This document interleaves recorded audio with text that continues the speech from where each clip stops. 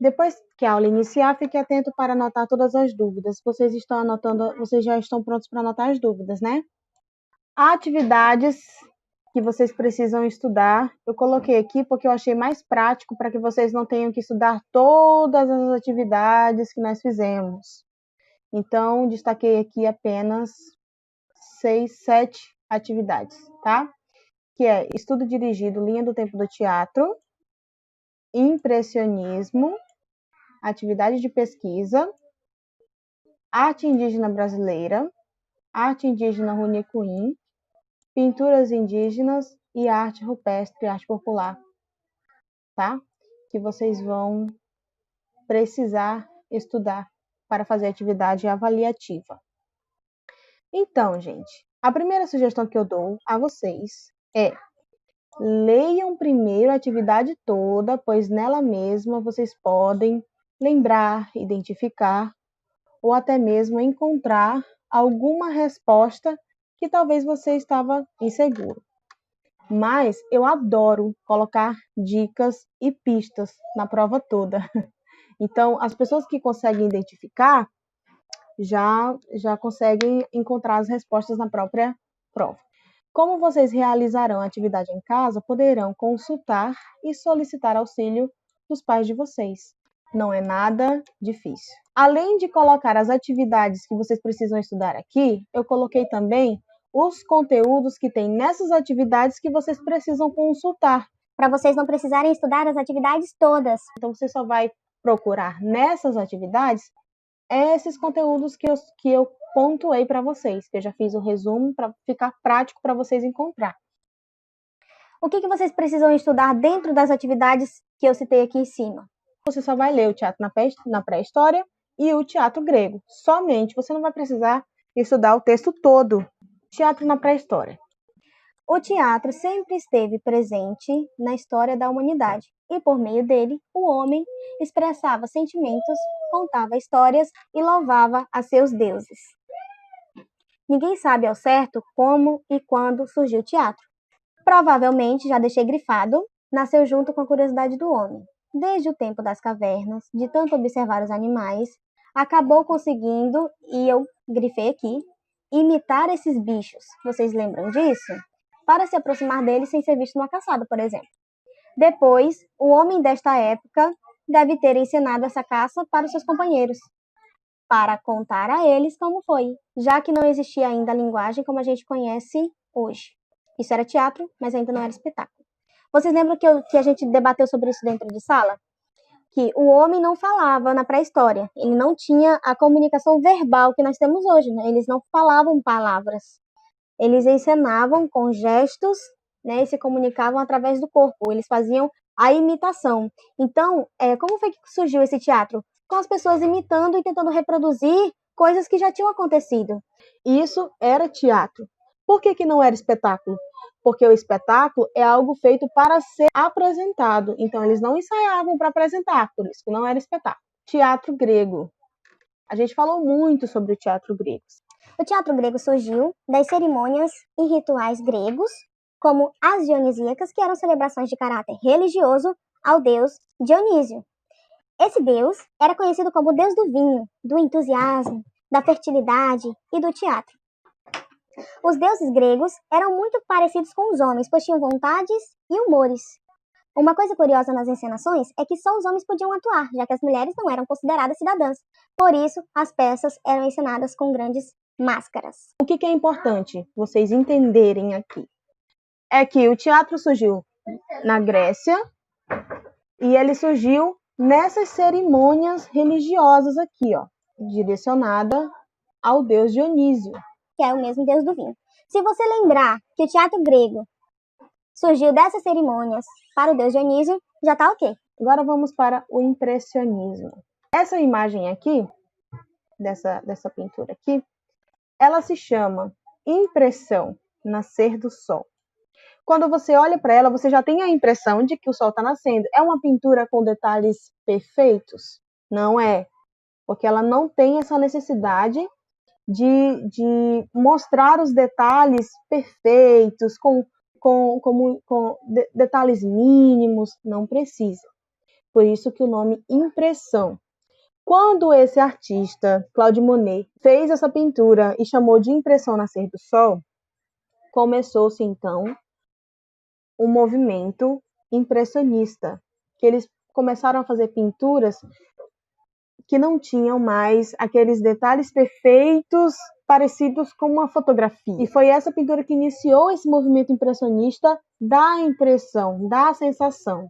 Só que eles não pintavam objetos, eles pintavam paisagens, onde tinham pessoas, onde tinham animais, onde tinha sol, florestas, ruas, etc.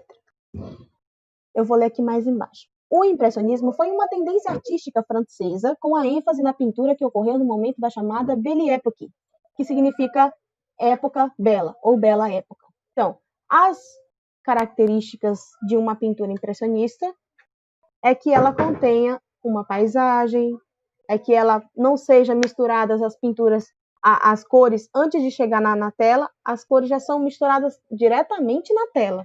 Por isso que a gente fez as pinturas com lápis de cor e as pinturas, quem quis fazer com canetinha, a gente foi misturando já diretamente no papel, certo? A gente teve gente que fez a lua, né, que eu mostrei o vídeo e tal, acho que vocês se lembram. Os artistas impressionistas iam até o local para olhar ao vivo a paisagem e, se anoitecessem, tinham que voltar no outro dia, no mesmo horário, para continuar a pintura. Pontilhismo, a gente fez muito pontilhismo. O pontilhismo é um modelo de pintura que surgiu na França também, no final do século XIX, e cria a imagem com pontos coloridos e justapostos. O que é esses justapostos? É juntos lado a lado, né? Podemos reconhecer as obras de pontilhismo por serem compostas por pontos ou pequenas manchas organizadas e justapostas, que nem eu falei, lado a lado, certo? Essa é a imagem que eu utilizei de exemplo em uma das atividades, e eu coloquei ela aqui porque eu acho que fica mais fácil de vocês relembrarem. Essa daqui é uma imagem também, o nome dela é Uma Tarde de Domingo na Ilha de Jati. Arte abstrata. Fizemos muito, né? Fizemos acho que 2 vezes ou 3 vezes. As principais características de arte abstrata são arte não representacional. Por que ela não é representacional? Porque a gente pode representar um objeto, sim, só que a gente não faz ele figurativamente. A gente não pega o objeto e coloca ele lá para ele realmente ser identificado como aquele objeto. Como eu fiz para vocês em um dos vídeos, que eu coloquei uma caneca e vocês identificaram que aquele desenho era uma caneca, porque ele era figurativo, representacional. E a arte abstrata não é assim. Fiz um desenho, fiz com várias linhas, mostrei para vocês. Se vocês quiserem, vocês podem ir lá, dar uma olhada de novo. E mostrei para vocês, vocês não souberam identificar porque ela é uma arte não representacional e ela não precisa parecer com as coisas da nossa realidade, com os objetos da nossa realidade. Por isso que é a ausência de objetos reconhecíveis, certo? É uma arte subjetiva. Por quê? Como eu expliquei para vocês naquele vídeo, a arte abstrata não tem a intenção de explicar para vocês o que ela está querendo passar. Cada um tem a sua sensação, cada pessoa tem a sua sensação, a sua impressão sobre aquela e o seu ponto de vista sobre aquela imagem. Por isso, ela é subjetiva. Oposição de modelo renascentista e a arte figurativa. Ou seja, ela é uma oposição, ela é o contrário, tá? Da arte figurativa. E a valorização de formas, cores, linhas e texturas. Ela usa e abusa das formas, cores, linhas e texturas, certo? Esse estilo de arte não tem como objetivo representar de forma igual ou parecida os objetos e as coisas da nossa realidade, mas parte do princípio da imaginação. Ela não é naturalista, ela não tenta mostrar as coisas reais, mas ela parte da imaginação.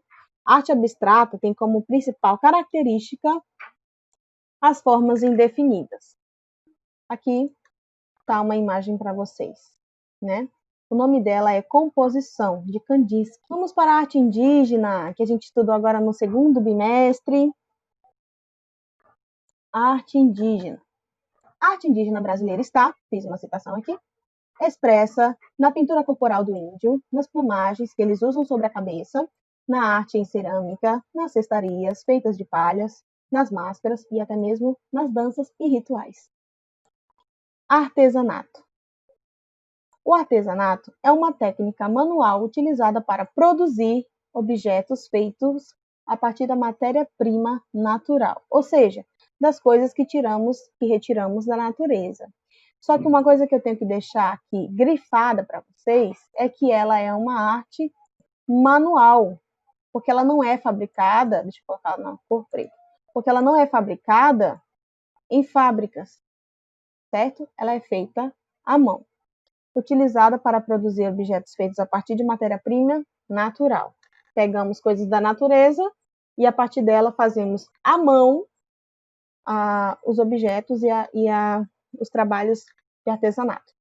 Normalmente, os artesanatos são fabricados por famílias dentro da sua própria casa ou em uma pequena oficina. E o artesanato que nós vamos falar agora são feitos em famílias, só que famílias indígenas. Todo artesanato é produzido manualmente. Tem a finalidade utilitária e artística. Por que eu falei utilitária para vocês aqui? Vou dar um exemplo. Nós temos aqui a imagem desses vasos. São vasos artísticos? São, porque são artesanatos indígenas. Por que eles são utilitários? Porque eles vão utilizar esses vasos. É uma coisa bem simples mesmo. Conhecemos alguns tipos de arte indígena: cerâmica, vasos e tigelas que são feitos de barro. Nós temos a pintura corporal, que nós fizemos o desenho dos quenês, né? Já conhecemos as pinturas corporais, os quenês do povo Unicuim, que são os grafismos indígenas. Qual é a matéria-prima? Genipapo e urucum. Eu vou até grifar aqui para vocês, tá? Genipapo e urucum. Genipapo e urucum é retirado de árvores, tá? O genipapo é uma fruta, o urucum é de onde a gente retira o coloral. Vocês sabem disso, né?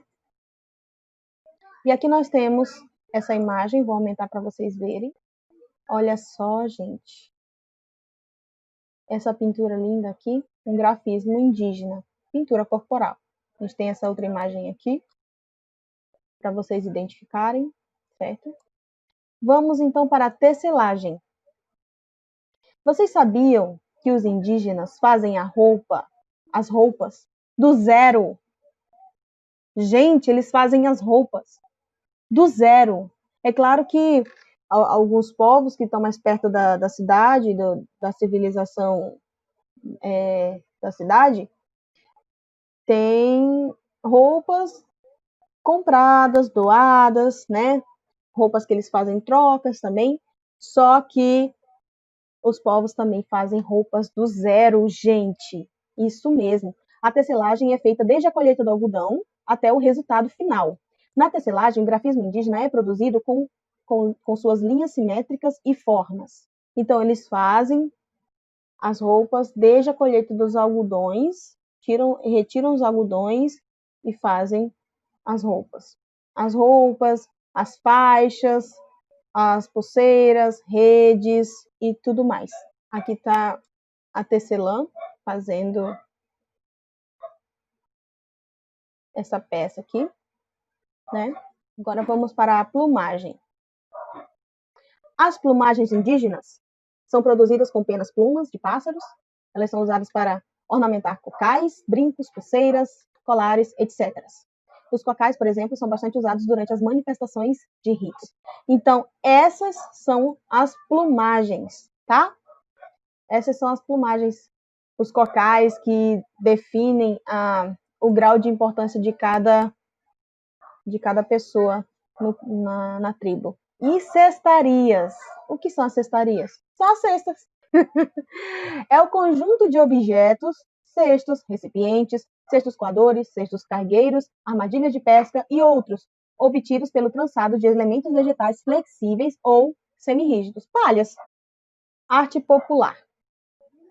A arte popular se caracteriza como a forma de expressão de artistas do povo.